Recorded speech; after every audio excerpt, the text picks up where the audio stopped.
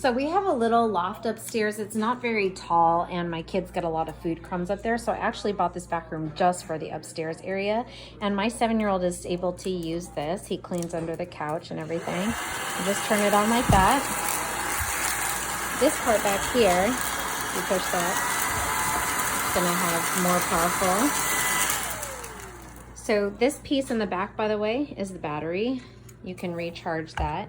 And this also has, this comes out and you can switch it to this, or you can connect it so it's a full stick vacuum like that. And what's really nice is it's cordless because you're gonna have the charged battery.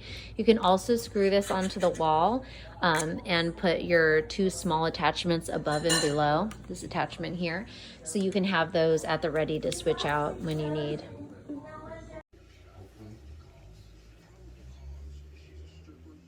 Spent $100 and it worked, you wouldn't either have to buy any more. I'm sorry, I'm rubbing quarters for them. I'm sorry, nickels. No, you said quarters. I'm rubbing. No, I'm sorry, I'm rubbing dimes together right now. I'm rubbing my dimes together. I bought the new